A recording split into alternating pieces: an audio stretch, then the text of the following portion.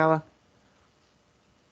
gravação já foi iniciada e Vral, né? Hoje eu programei. Nós vamos fazer uma revisão e aí eu vou falar um pouco da Revolução Industrial que entra também na revisão.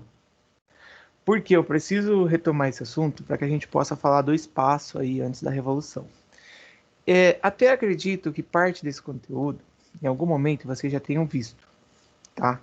Mas sem problema, porque isso vai dar base para a gente fazer a continuidade do que vocês precisam estar aprendendo e tal. E aí os slides eu vou deixar disponível e eu sempre vou colando aqui, tá? Também para quem está acompanhando aí no chat, mas eu vou colando e vou avançando. Tá bom? Beleza, Carlos, sem problema. Vamos lá.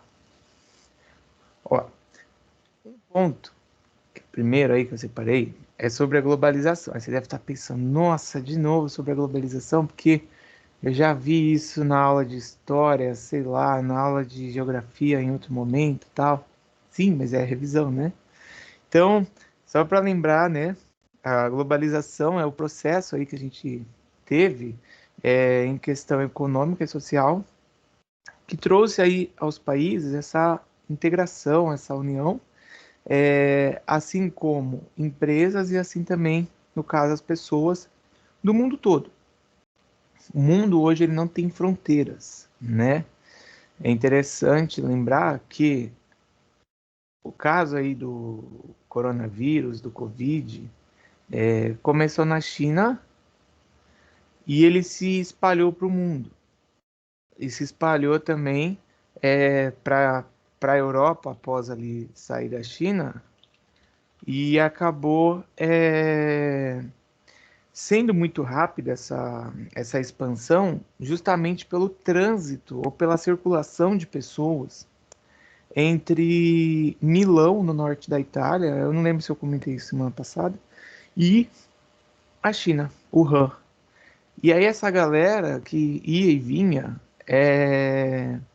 acabou não sabendo, né, do vírus, até então se desconhecia, só aquele médico chinês que havia falado e que depois morreu. E aí o vírus foi levado para a Europa. Então não há mais fronteiras, tá?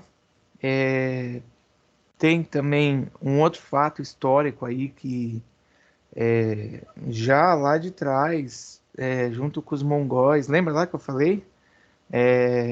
Do Gengis Khan, e ele já trazia isso, de você tirar a fronteira para que o comércio acontecesse, para que as pessoas transitassem, e a globalização veio, né, mais moderna, digamos assim, do que aquela época, para fazer isso. Então são inúmeros casos assim de pessoas que viviam em um país e foram para outro, estão lá trabalhando, construíram suas vidas. É, Tem uma aluna que está em Portugal, morou a vida toda em Praia Grande, e ela está em Portugal, estudando lá, fazendo faculdade, trabalhando, e é normal para ela, porque, tipo, não há aquilo de você estar no estrangeiro, até porque a circulação de pessoas pega o avião e volta, né? Então, muito mais fácil, tá? E claro, o início disso, dessa relação comercial, a gente tem aí a figura do homem europeu lá com as navegações, Portugal, Espanha, saindo aí para desbravar vários novos povos, em busca de especiarias, em busca de pedras preciosas, escravos, e aí foi se expandindo os seus territórios e o seu poder. Tem até um mapa, ó, que é ligado aí à questão das rotas das navegações. Só um minutinho. Nesse mapa, se nós observarmos, tem os caminhos e aí a divisão onde a Espanha, que seria esse verdinho aí, verde água, e Portugal, que seria esse mais para o salmão aí, rosa, sei lá, indo, né, fazer a sua exploração, a rota de navegação. E nós temos o Brasil aqui, né, Porto Seguro lá como rota, tanto para os espanhóis para ir para a América do Sul, quanto também os portugueses que foram explorando com o tempo. Então, eles acabavam aí saindo e fazendo esse trajeto, e isso foi-se com o tempo expandindo, ampliando, e a gente tem o que é hoje aí essa facilidade do fluxo, tá? Porque houve, né, já com essa época, a expansão do capitalismo, que vocês, eu acredito que já viram sobre o conceito de capitalismo, e nós temos o que hoje é esse processo da economia, tá?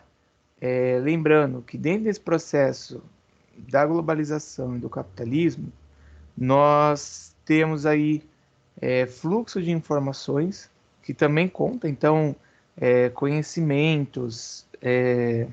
Hoje mesmo está se discutindo muito a questão de quebra de patente.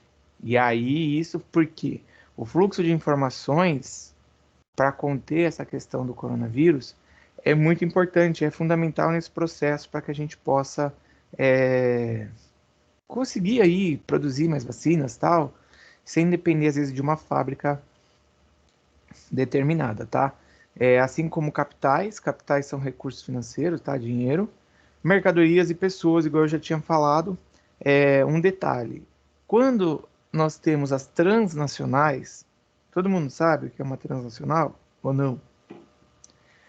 Sim ou não? Senão eu vou pôr o Lucas Neto de novo, porque o Gustavo perdeu o que eu coloquei para ele. Todo mundo sabe ou não? Deixa eu ver no chat, né? Será que vocês escreveram lá e eu não vi? Sim, a Beatriz colocou. Oi, Beatriz. O Carlos colocou que não. Bom, tá, eu já falo. Quem é que chegou aqui? Fernando Paiva, tudo bem? Beleza, bora. Beatriz tá aí. E a outra. Nossa, e nos Beatriz. Tá, beleza, beleza, beleza.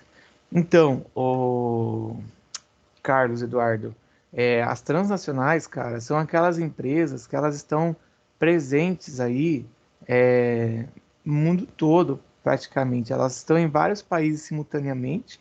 Elas vão atuando, tipo a Coca-Cola, a P&G lá, a Procter Gamble, eu acho, a Unilever. Elas têm algumas dessas que conseguem estar presentes em mais países do que a própria ONU. E isso é o que? Fruto da expansão aí, né, da questão da globalização e do capitalismo, e aí eles criaram estruturas super fortes e hoje eles atuam. Só que eu toquei nesse assunto justamente pelo ponto ali dos capitais, porque nesses casos que nós temos isso do capital, ele não fica naquele país onde se está instalado. O dinheiro, né, o recurso ali, ele é enviado para a matriz, ele é enviado para outro país. Então, o momento que essas empresas chegam, muitas vezes a produção se ocorre no país, né? Claro, vai gerar o imposto, vai gerar lá o tributo, mas o, o lucro, a aplicação disso é destinada ao país de origem. Então, tipo, a Nestlé, uma empresa suíça. Eu acredito que a Unilever seja americana. Era aí que eu já olho aqui. A Unilever seja americana, mas aí o dinheiro vai para lá. Ou a Coca-Cola, vai. A Coca-Cola é americana. Então, o dinheiro ele acaba indo para o país de origem, até porque a sede fica lá e o valor também vai para lá. Eu não achei aqui da Unilever, mas o da Coca-Cola já serve como exemplo para vocês entenderem que o dinheiro vai para o país de origem, tá? É holandesa. Haha, é de Roterdã. Acabei de ver aqui. Beleza? Só que aí, todo esse fator da globalização, do capitalismo, esse avanço, igual eu falei que não tem mais fronteira, você consegue circular de forma fácil, até porque vocês viram, né, os blocos econômicos, pelo menos vocês me falaram que tinham visto os blocos econômicos. Daqui a pouco eu vou tocar nesse assunto. E com a globalização, com esse comércio aí entre os países, Os países com características comuns ou próximos aí, ou ligados, às vezes por o continente ou pelo oceano, lá igual do Pacífico, eles formaram alianças, né? Então, também é um ponto aí que permitiu essa circulação de pessoas, de capitais e de mercadorias. E aí, no nosso caso aqui, nós temos o Mercosul com os países que você pode adentrar sem precisar do passaporte. Então, a gente tem a Bolívia, o Paraguai, o Uruguai, a Argentina. O Chile também, você pode ir para o Chile, que não tem crise, não. Quando eu fui, ele só me perguntou o que eu estava fazendo lá e pronto, e tchau e beijo. E entrei no país. Saí correndo junto com o Pablo Escobar. Mentira. Uma tirinha aqui da Mafalda, que ela traz uma reflexão muito interessante quanto a todo esse fenômeno, tá ligado aí à globalização, ao capitalismo, porque quando nós temos o cenário com inovações tecnológicas, com máquinas, com grandes empresas buscando explorar ao máximo o capital, a mão de obra, recursos aí, digamos, é, que sejam otimizados, e também o fato de que ele não vai se instalar num lugar que ele não vai ter retorno. Então, isso daí acabou, né, aumentando o desemprego de forma geral no mundo.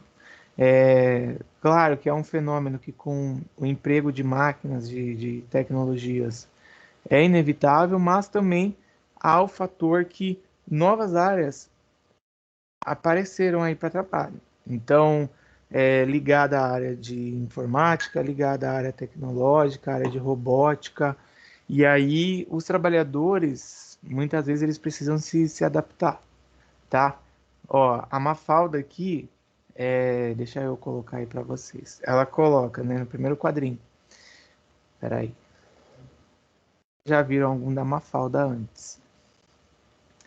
Ó, incrível a importância do dedo indicador. Um patrão faz assim com o indicador e 3.000 operários vão para a rua. Aí ela pensa, né? Ah, esse deve ser o tal indicador de desemprego que tanto se fala. E é uma verdade que, ainda mais agora na pandemia que a gente está vivendo, as economias estão interligadas, os países se fecharam, problema ligado à pandemia, ao Covid, acabou afetando, acabou agravando aí situações que o comércio internacional foi prejudicado. E aí a gente já começa a ter um impacto na indústria, um impacto nas empresas, e o resultado é que, mais uma vez, a gente volta o texto aqui, ó, onde estava a questão de desemprego. Tá? Tudo bem essa parte aí da globalização, capitalismo, sim. A gente vai revisar mais um outro tópico que é ligado à Organização Mundial do Comércio, que é a OMC, que vocês também já falaram que já tinham visto. Certo? Mas se não lembrar a pergunta, hein?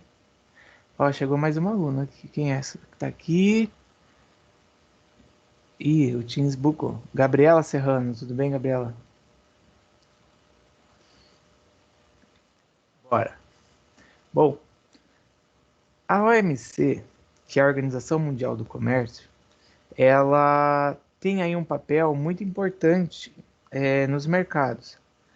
Porque o mercado ele está aberto aí, né? Tipo, entre países, entre empresas. Você tem a circulação de mercadorias, de bens, tal. Tudo bem porque isso é fruto do capitalismo e fruto da globalização. Contudo, ela foi criada com o objetivo de regulamentar o comércio internacional. Lembra disso que vocês viram isso na aula? Depois da Segunda Guerra Mundial, os países eles começaram aí a pensar numa entidade, numa instituição que de forma aí, né, multilateral, ou seja, com diversas conversas, tratados entre os países, conseguisse fazer aí a regulamentação para evitar duas coisas principalmente, tá? O favorecimento dos países e o protecionismo. Algum de vocês lembra de algum exemplo de protecionismo ou não? Vitória Mendes. Gente, o Gustavo entrou e saiu. Eu ia falar Gustavo. Gabriela, você lembra, Gabriela, de um exemplo de protecionismo? Tá pesquisando no Google, não, né? E aí, nada? Não? Deus ajude.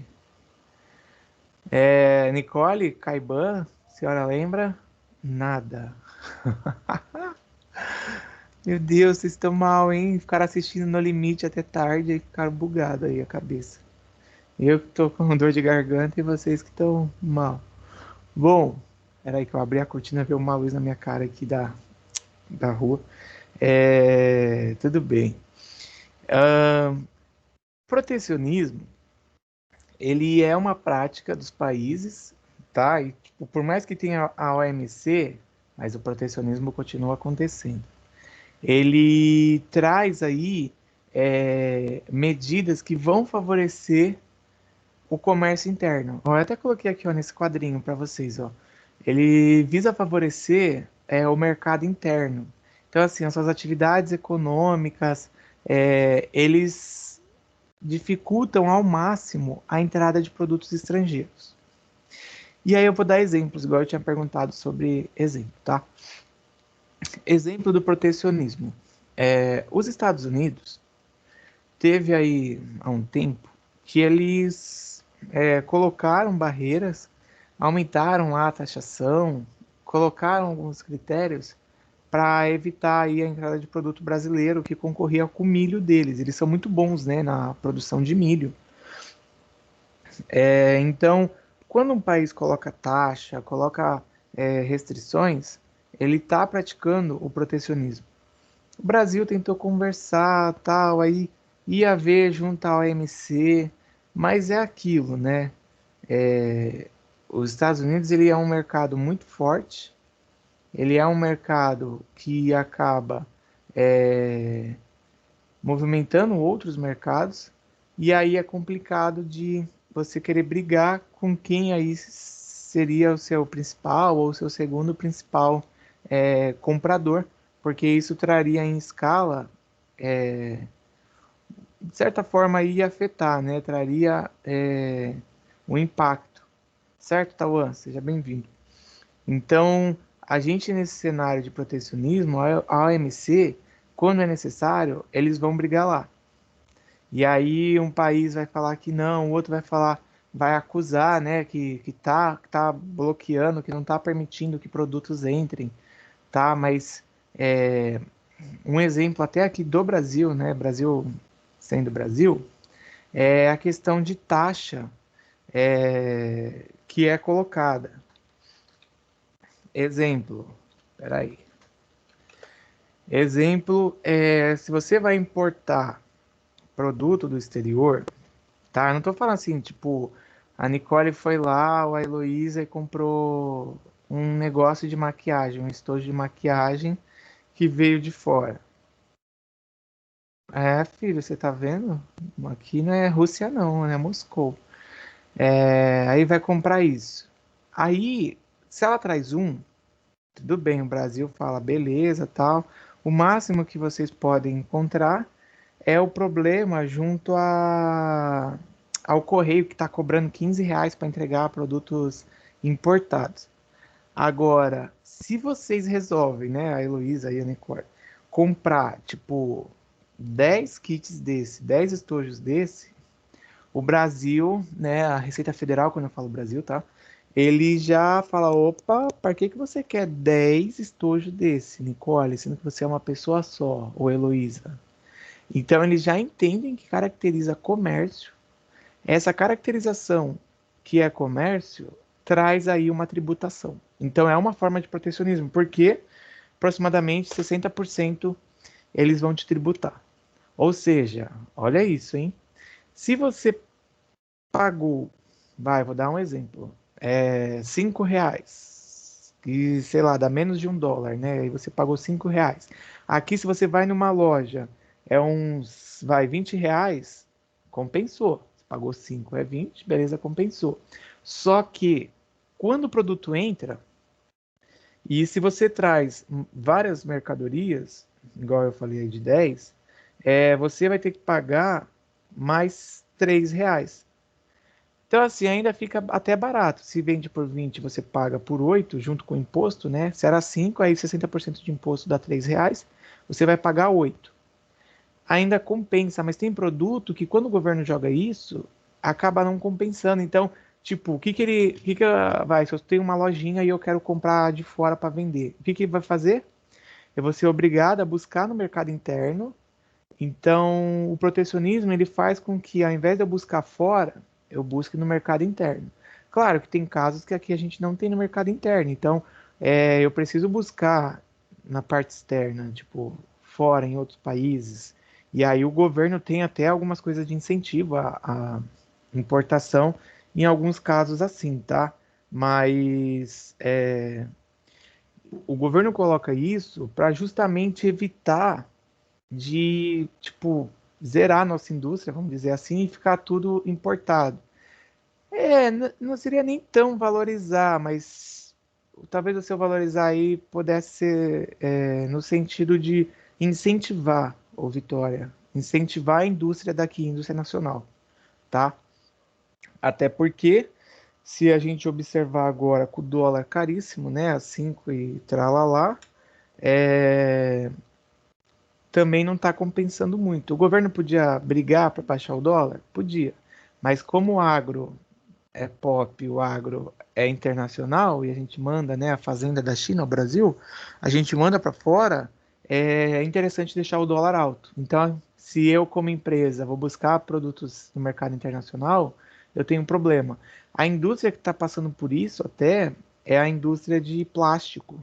A indústria de plástico está tendo muito problema, porque está muito caro, está em falta. Quando a China parou lá, por conta daquela primeira onda da pandemia, do Covid, ano passado, impactou toda a produção de plástico, então os valores subiram muito, tá? Então, quando eu tenho isso de protecionismo, eu vou brigar lá e o mercado acaba aí sofrendo impacto, porque fica tipo travado, aí vai para a OMC para poder ver como é que fica a situação, tá?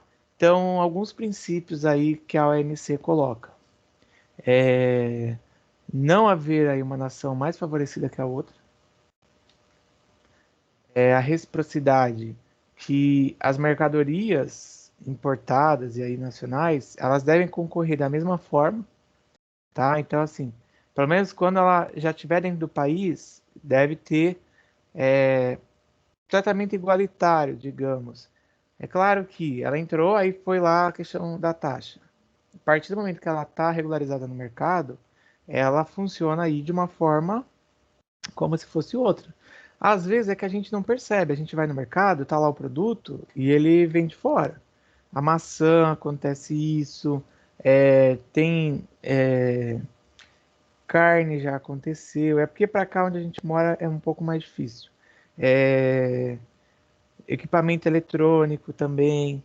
E aí, quando você vai ver, tá lá, né, o Made in China, Made in Taiwan, Made in Hong Kong, Made in, sei lá, mas qual outro país, Indonésia, porque eles vêm, eles fazem uma embalagem aqui, mas o produto, na verdade, foi produzido fora, tá? Um exemplo, para vocês até fixarem bem essa parte aí da questão da OMC e esse negócio do protecionismo, sabia que o mercado de carro, existe uma regra que se o carro vem, vai pagar 60%, igual eu falei, montado. O que que eles fazem?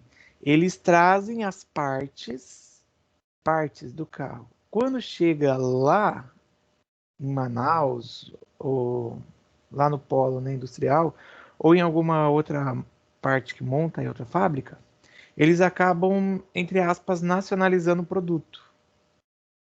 Em resumo, eles só montam o produto, mas vem tudo desmontado, vem tudo de fora e bota aí para como se fosse um carro feito aqui. Mas na verdade não, porque as peças todas vêm de fora. Tem algumas motos também que passam por isso, tá? Entra no mercado e aí faz-se a venda levando em conta que o carro não vai chegar montado aqui. Isso é uma outra prática também e que o governo, ao colocar esse imposto, ele até barra. Tem marcas de carro que tem no Uruguai, tem na Argentina, que são nossos vizinhos e parceiros comerciais, e que a gente não tem aqui no país. Não é carro velho, é carro novo lá. Só que aqui a gente não tem. E aí, por várias razões, né, talvez não viram interesse em vir para o Brasil, questão de tributação interna e esses outros fatores, até porque do Mercosul fica mais barato, tá? Muitas vezes, pessoal, compensa mais você aqui no Mercosul mandar, você produzir alguma coisa, aí você manda para a Argentina, que você não vai pagar os impostos que tem porque é livre comércio, né? Você manda para a Argentina e depois você manda de volta para o Brasil, porque você também não paga imposto. Então, apesar de ter esse trâmite, você acaba compensando aí é, esse processo de você exportar e importar de volta. Eu falo isso porque o povo do agro, né, na sua expertise, fizeram muito isso com a soja, tá? Eles mandavam a soja para o Paraguai e o Paraguai vendia para o Brasil. Aí você ia ver a quantidade de soja, o Paraguai não tinha território para produzir o quanto de soja que estava comprando o Brasil. Mas como assim, né? Aí foram ver, eles estão comprando do Brasil, vai para o Paraguai, a soja volta para o Brasil, vindo do Paraguai. Mesma soja. Só que a diferença é que esse processo aí da questão de imposto acabou levando a essa consequência, tá? Os outros dois últimos, para a gente finalizar essa parte da OMC, acesso a mercado. Então, também aí em cunho internacional, tem que dar igualdade de acessar os mercados e a concorrência leal, tá? A OMC, ela não vai ali, né, deixar o livre comércio e tal, mas como os países pediram uma forma de concorrência aí livre, uma concorrência igualitária, sem distorções, então às vezes os países recorrem lá e aí tem os países membros. Pode ser, se um país começa a praticar e ficar muito escancarado e acaba a OMC aí reconhecendo, ele pode sofrer sanções e bloqueio, tá? Então, nós temos esse processo porque cada país quer proteger a sua indústria. O Brasil já nos anos 70 para 80 lá teve o seu grande crescimento da indústria e ele tentava. Mesmo assim, tinha uma questão que era cultural, porque as pessoas do Brasil, né, principalmente daquela época, elas achavam que se um produto era nacional, ele era um produto ruim, de péssima qualidade. E isso acabou aí também afetando um pouco, tá? Mas foi a época que a indústria cresceu. E eu acho que até hoje, né, se a gente olha lá, tipo, um celular que foi fabricado no Brasil. Será que vocês comprariam celular fabricado no Brasil? Deve ter até marca aí, né? Não sei se a Positivo é do Brasil, outras marcas, mas aí a pessoa, mas eu prefiro Apple porque não sei o que, eu prefiro Xiaomi. E aí quando a gente vê, são marcas do mercado internacional, do mercado estrangeiro, que já estão aí em termo até como que é? De conceito, né, por parte dos usuários, e o governo ele tem uma tributação alta. Calma aí, gente, que a Microsoft está ligando para confirmar que eu sou eu aqui na reunião. A Microsoft faz isso comigo. Ó, escuta. Já ligaram para vocês a Microsoft? Pronto, já foi. Microsoft faz isso para confirmar se eu sou eu desde o ano passado. Então, nesse caso do celular, também acaba ocorrendo, mas o governo aqui, ele coloca a tributação, e isso acontece com videogame, com jogos. Os meninos aí, as meninas que gostam de jogos, vocês já devem ter visto isso, né? Tipo, você vai olhar lá o valor do imposto para videogame ou para jogo. É altíssimo. Por que que é altíssimo? Porque o governo acaba fazendo isso para poder favorecer internamente, mas o Brasil também não tem, então, como ele entende que é um produto supérfluo, ele acaba colocando esse imposto porque não tem o porquê da pessoa querer comprar o videogame lá, né? E, bom, sempre vai ter algum BO. E por fim, da revisão, nós temos a questão do bloco econômico. Vocês também já tinham sinalizado que tinham visto essa parte do bloco econômico, tá? Então a gente tem o NAFTA, NAFTA ligado aí a uma zona de livre comércio, né? Ligada a Estados Unidos, Canadá e o México, que entrou depois, tá? Acabou aí que eles até tentaram criar a ALCA lá com uma maior abrangência e tal, mas não rolou muito. O Mercosul, que vocês acredito que já conheçam, né? Porque o Mercosul, aqui eu já até citei hoje, sobre aqui a nossa proximidade com os países. Bom, além do Mercosul, a APEC, que é aí a Cooperação Econômica Asiática do Pacífico também. Tá, esse daí vocês já tinham visto ou não?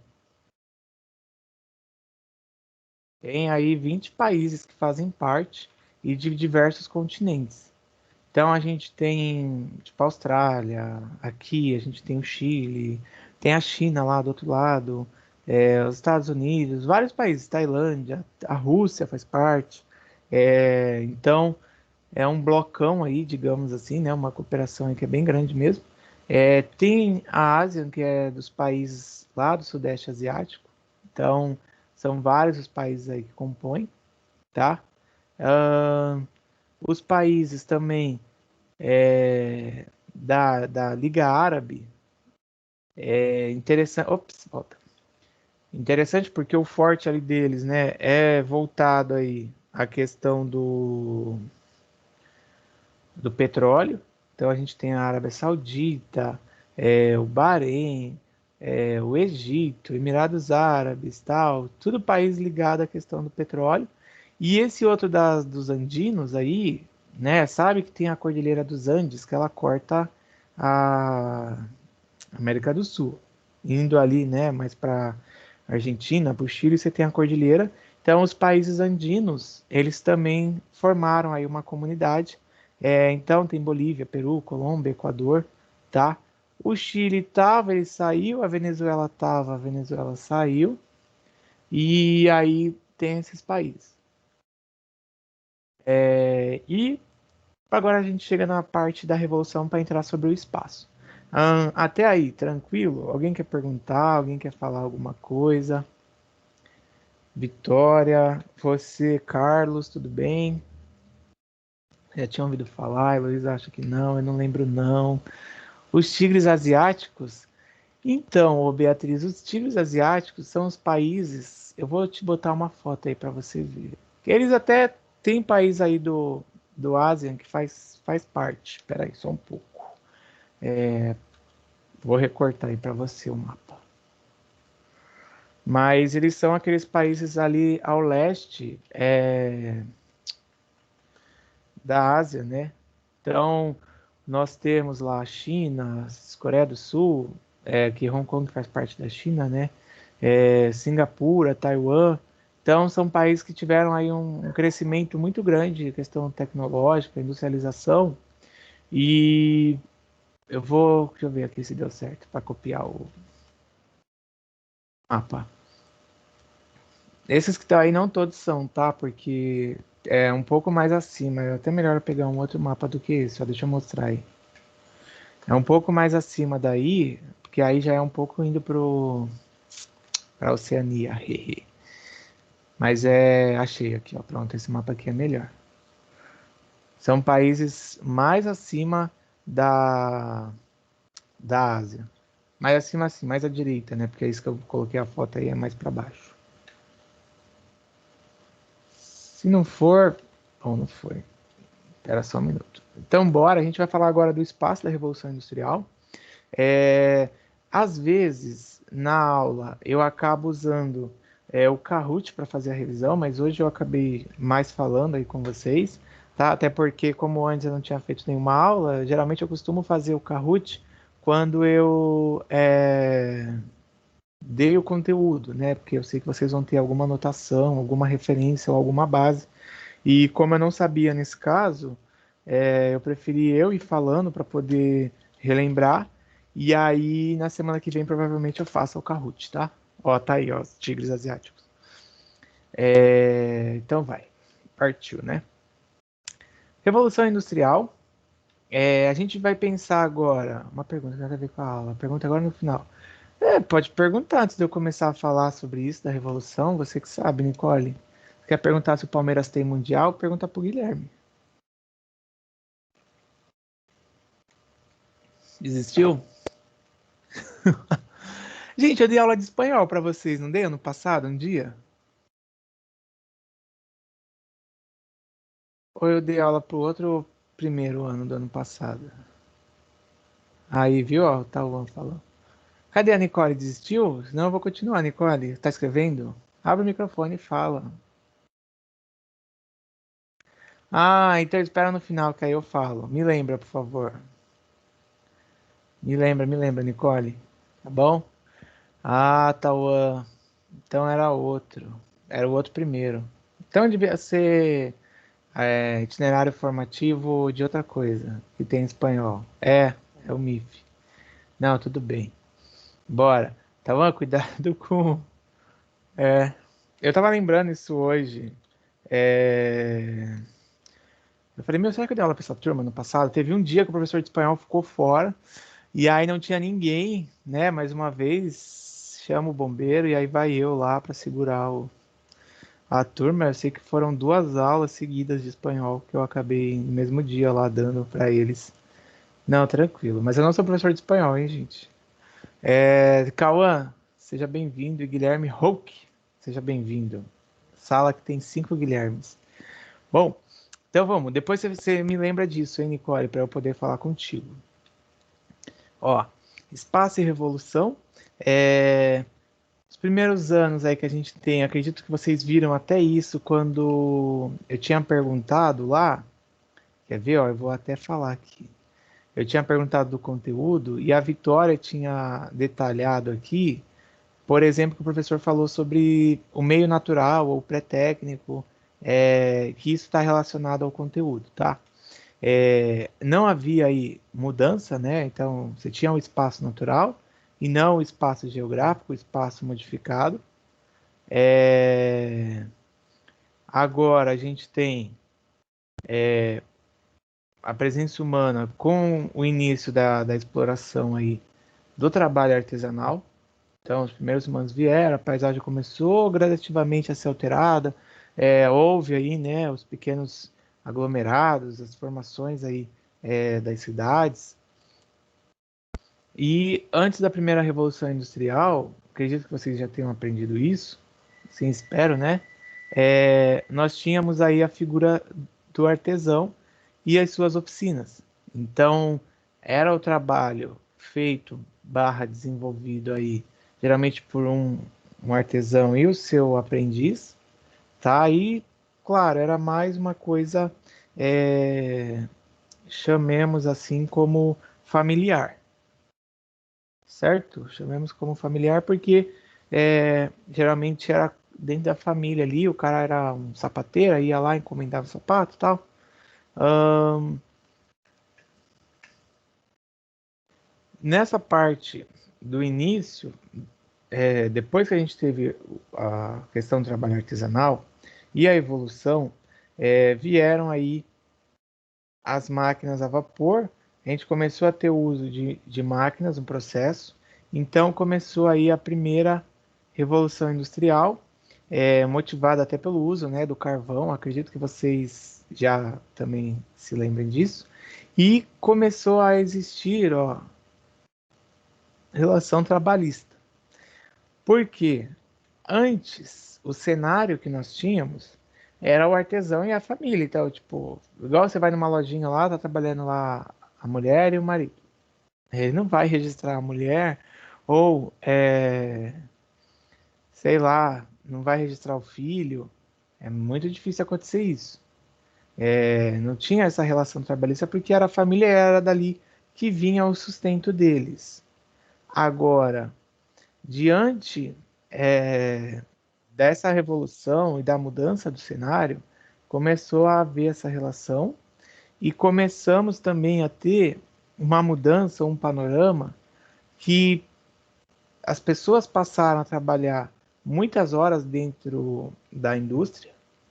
E claro que também espero, né, que vocês se relembrem disso, lembrem disso, que a Inglaterra foi pioneira nesse processo, tá? É, uma vez que a Inglaterra, o poder que ela tinha, a questão da burguesia, mas o poder financeiro, de capital, de recurso, acabou aí impulsionando esse pioneirismo, impulsionando esse poder da Inglaterra nessa questão da revolução. Percebe aí, ó, que a gente tinha o meio técnico, né? Então, o uso de técnicas e a produção aí de forma mecânica com o tear e também as ferrovias, tá? Até que, na continuação, a Revolução Industrial teve o seu segundo momento, marcada aí por um avanço mais técnico, porque os Estados Unidos, a Alemanha e o Japão passaram também aí a integrar esse processo, tá?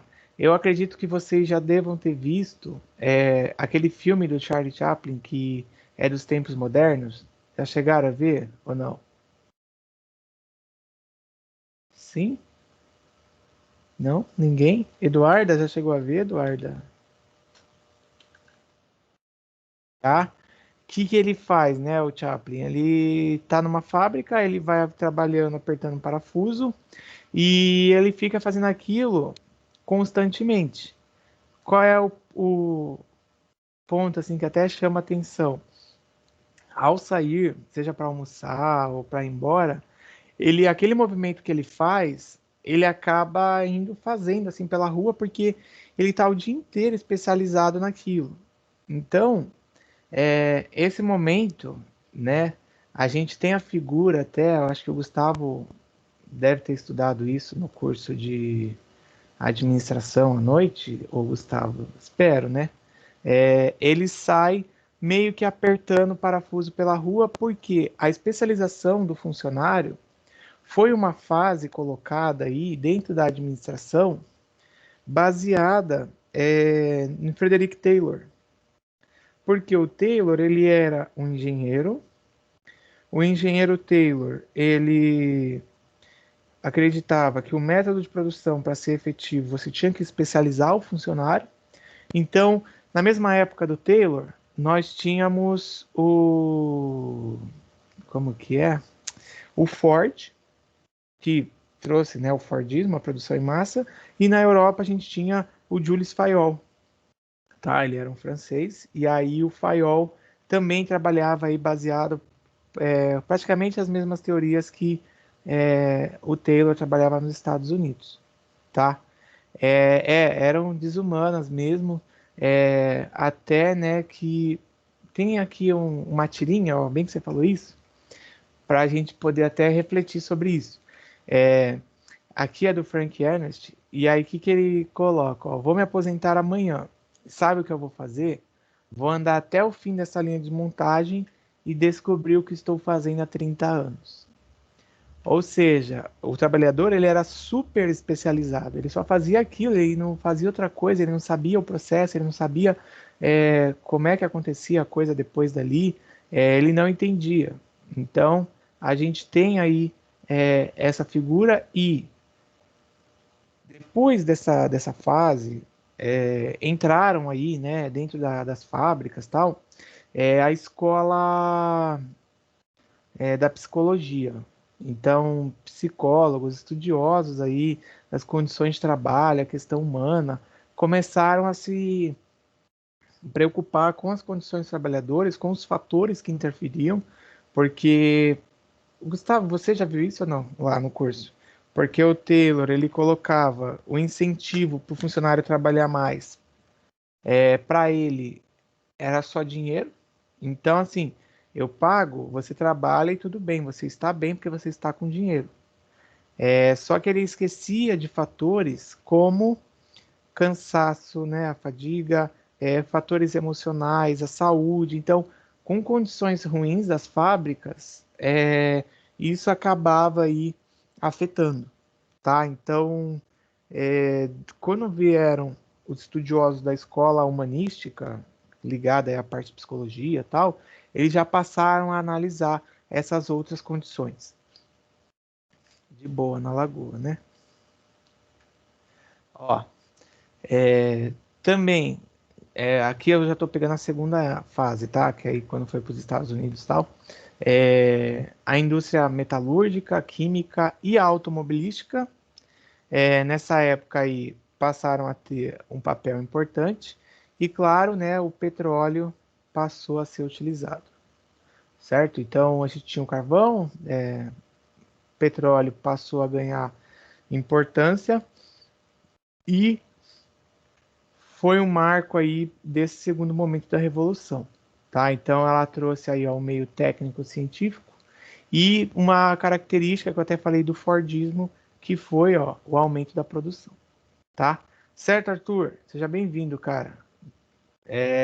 Eu tô colando os slides no chat, mas depois eu vou colocar o slide todo e a gravação do que você perdeu também tá aí, tá rolando, então depois você pega para ver o que passou. No terceiro momento, para a gente poder até entender essa questão do espaço e tal, vieram os japoneses, né? Gente, os japoneses são realmente aí samurai da tecnologia. Porque eles, após lá, né, a reconstrução do país, a bomba, eles passaram a empregar novas técnicas na produção, que foi o toyotismo. Então é até engraçado quando eu dou aula à noite lá pro técnico, porque eu vou perguntar essas coisas, eles não manjam nada. Eu falei, gente, vocês não tiveram isso no ensino médio? Porque isso tem relação com geografia lá, com história, sei lá. Aí fica, não sei. A indústria japonesa, por uma questão de recurso, passou a empregar o toyotismo usando aí o menor recurso possível, com o menor desperdício. Então, eles criaram uma técnica. Alguém sabe qual foi a técnica que eles colocaram ou não, os japoneses? É de produzir só o que vai vender, né? Olha, muito bem, Beatriz Rosa. Isso aí, muito bem. É o just in time. Então, é a produção enxuta, só vai produzir o que vai vender mesmo. Você evita o desperdício e você monta aí uma linha de produção, todo um processo, né? Em cima dessa filosofia, tá? Claro que aí também eles trouxeram dentro da produção conceitos ligados à qualidade, a você evitar o erro, a falha, até porque, né, imagina, foi produzido, tá com defeito, vai ter que voltar para a fábrica. Então, eu tenho um custo aí nesse processo, tá? Então, o Just in Time, a produção zero desperdício e ops, calma aí que eu fui passar e eu passei errado. Esse período aí a gente tem o MTCI, né, que é o meio técnico científico informacional, que aí a gente já tem a circulação também de informação. Então, tinha as técnicas de produção, a ciência, mas também passou aí a ter o fluxo de informações dentro aí do processo produtivo. Eu vou colocar um vídeo aqui para vocês até verem um pouco disso que eu estou falando, essa mudança do espaço. É, tranquilo, alguém quer perguntar alguma coisa? Ó, eu tentei colar o slide, eu acho que não foi. Pronto, agora foi. Bora, eu vou deixar o link do vídeo depois para vocês, tá? Só me dá um minutinho porque eu vou trocar a tela. Não sei se está indo rápido, não sei se o pessoal tá mole porque é a primeira aula. Só Deus que sabe. Mas tudo bem. Pronto. Vou trocar aqui a tela. Eu coloquei o link do vídeo, mas eu vou passar ele aqui. Só um minutinho. Foi.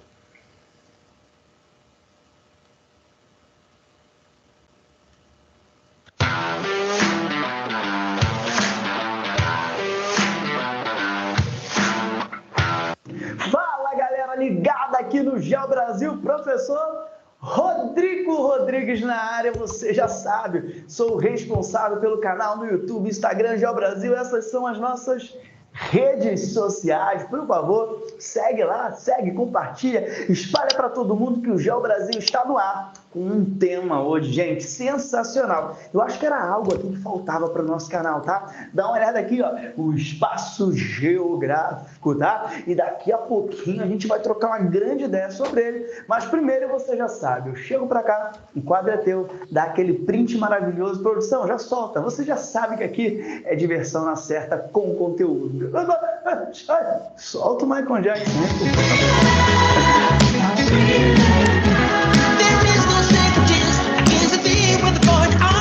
Voltamos, pessoal, vamos ao que interessa, vamos com tudo, que esse assunto é um assunto muito bacana, muito importante para a geografia. Gente, quando eu falo de espaço geográfico, simplesmente eu estou falando do objeto de estudo da geografia. É o principal conceito dentro da geografia. Tem um grande geógrafo brasileiro, o maior do mundo, na minha humilde opinião, Milton Santos, o papai Milton Santos, ele já falava que o espaço geográfico é o nosso principal objeto de estudo. Então, para começar a entender o espaço geográfico, já olha para cá e fala, cara, é o conceito mais importante da geografia, né? Sim, gente, é o conceito mais importante dentro da geografia. Tá aí, tranquilo? E por muitas vezes, observe se isso já aconteceu. O professor de geografia entra lá na sala e fala, vamos começar aí a aula de Primeira Guerra Mundial.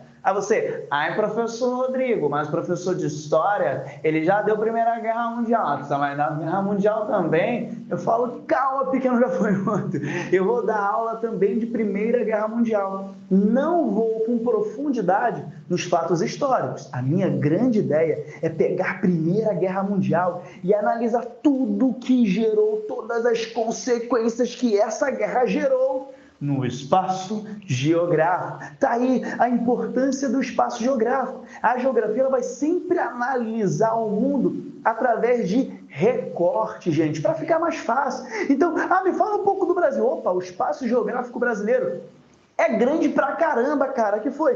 Pô, posso utilizar um outro artifício? Claro que você pode. Vamos fragmentar o espaço geográfico para eu conseguir observar melhor as características daquele espaço. Até aí, tranquilo? E, gente, já anota também, tá? Isso é importante. Professor, mas o que significa espaço geográfico? É todo espaço que você conhece que sofreu alteração, uma transformação do ser humano. Então, todo aquele espaço que era natural, que o ser humano transformou ele, alterou ele, eu falo, espaço geográfico. Então, pensa, antes do ser humano alterar esse meio natural, era um espaço totalmente natural, né? A partir do momento que o ser humano altera esse espaço, é espaço geográfico. Gente, o ser humano não vai alterar por alterar, não, tá? Ele vai alterar aquele espaço geográfico dando novas funções, dando funcionalidade para aquele estado. Eu vou alterar para aquele espaço, né? Olha eu falando estado. Eu vou alterar aquele espaço geográfico para eu fazer uso. E aí você começa a entrar no campo da relação.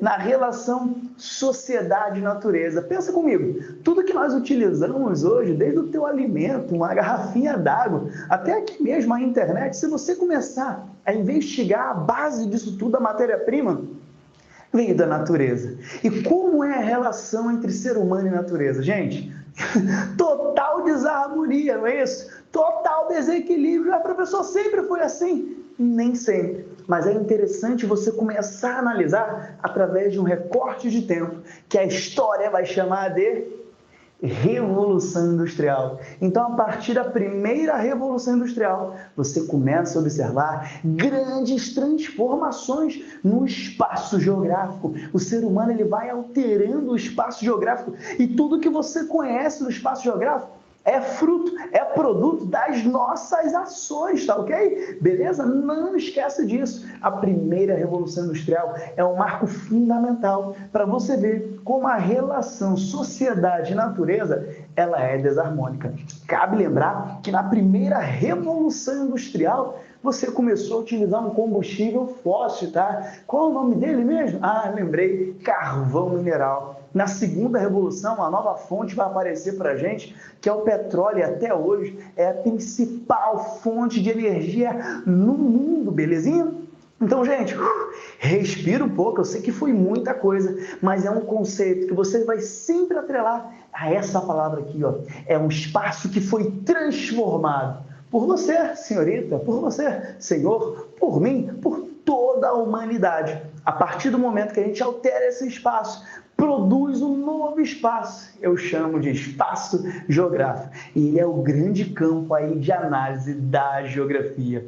Gostou dessa aula? Bom, eu vou ficando por aqui. Eu espero que você tenha curtido pra caramba a nossa aula. E você já sabe, Geo Brasil sempre te ajudando aqui nessa caminhada. Beleza? Eu te vejo aqui pelo nosso Geo Brasil. Um forte abraço, bom estudo e vamos juntos! Já tinham visto? Deixa eu ver o que ele colocou. Parasitismo é assim que eu vejo. Hã? Tá, não entendi. Bora aí, a gente continuar. Então aqui ele só... Pronto. Pegou aí o gancho até do que a gente estava vendo sobre o espaço geográfico e essa mudança, né, que a Revolução Industrial trouxe dentro do espaço que a gente tem ou que a gente conhece, tá? Até porque fruto disso nós podemos pensar, por exemplo, na formação de grandes conglomerados aí de cidades, mudanças em processos, questão trabalhista, tá? Que isso acabou trazendo aí o pessoal para a formação aí nas cidades. Tudo bem? Acabando já, hein? Deixa eu ver. Nossa, agora chegou mais alunos, gente. Eu acho que eu tenho que começar a live 8 e pouca, porque aí o povo chega. Se começar 7h30, o povo não chega. Deixa eu ver. Quem chegou?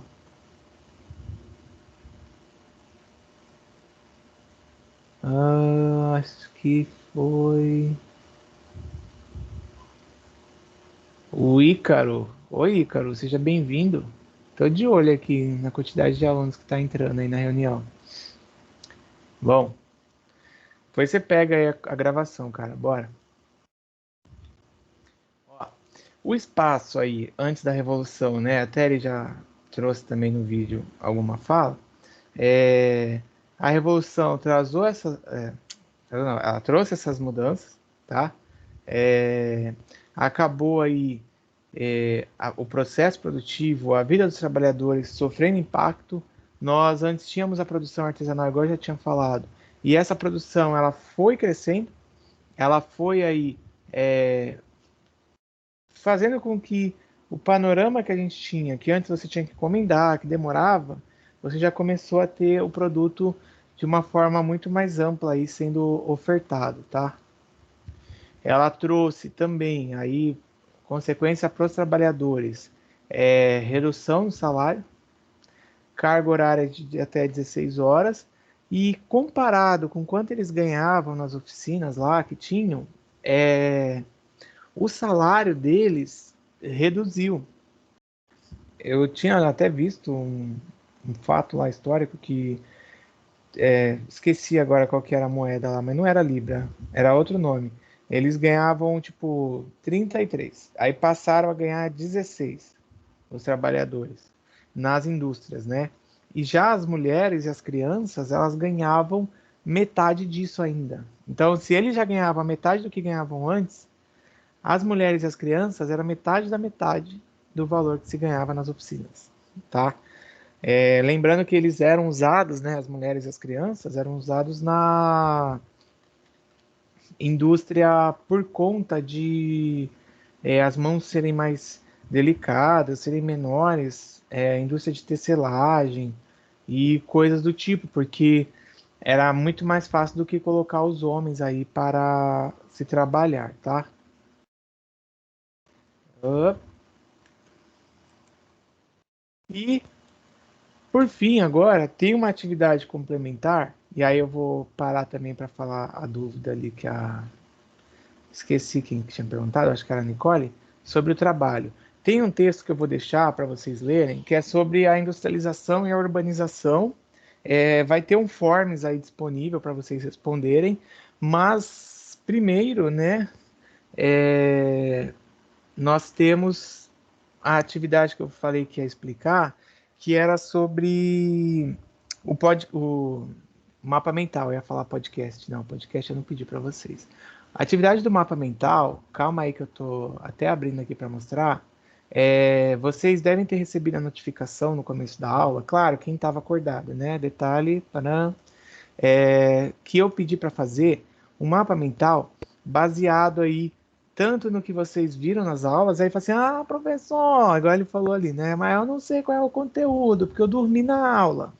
Gente, olha lá na mensagem que a Vitória havia colado, o Gustavo, teve mais outro aluno também que tinha até contribuído com isso, e tá lá os tópicos. Ou então olha no seu caderno, né? Se você tiver caderno.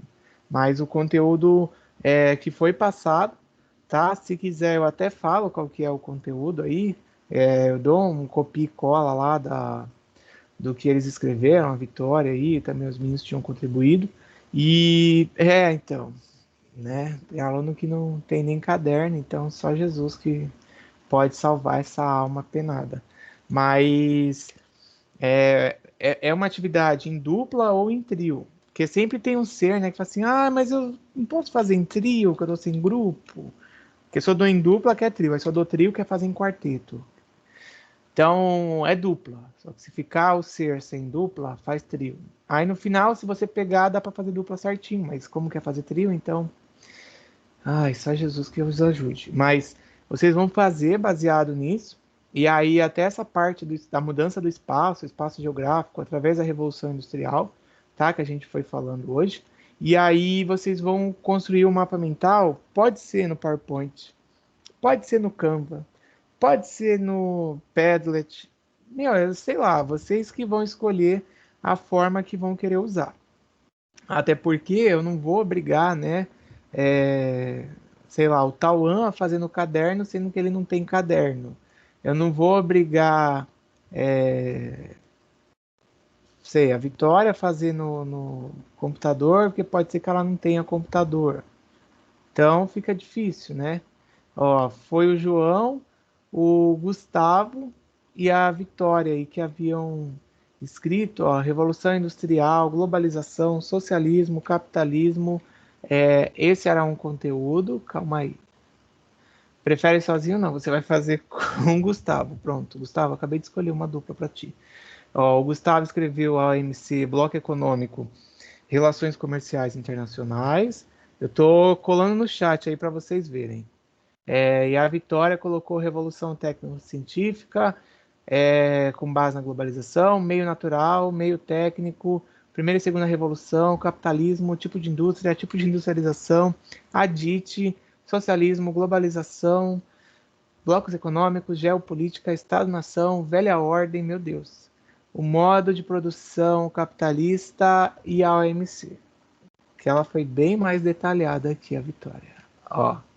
Esses daí são os assuntos. Então, eu deixei até no chat aí. Se quiser, eu até colo também esses assuntos lá. Eu edito a tarefa e colo, só para lembrar as almas, né? Porque depois o aluno faz um mapa mental só abordando um assunto sem pé nem cabeça. Aí o Doi vai falar: professor Adriano, tomei um I lá, o professor tá pistola comigo. Não, calma. O que ela colocou? Mas o Teams me tirou da reunião. Pode fazer no caderno, Vitória. Pode fazer. Fica tranquila.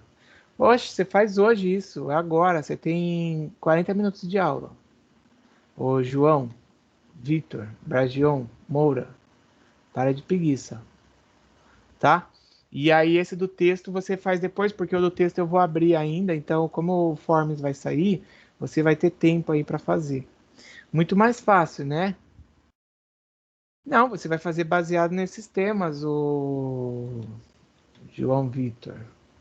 Eu vou alterar aqui o negócio do mapa mental, porque eu vou incluir essa informação desse texto aí que eu colei, para não dizer que eu não falei das flores, como dizia a música, né? Ó, pronto, já atualizei, vocês vão receber um aviso. Cara, ó, para você ainda não ficar desesperado, né? Porque eu sei que a preguiça bate no pessoal aí. Ainda vou abrir mais para você, ó, até sábado, tá bom? Para você ficar feliz. Pronto, vocês receberam aí a notificação, tá bom? Então, o que ele colocou? Ah, tudo bem, Ícaro, sem problema, cara. Eu parei a gravação, eu vou deixar disponível.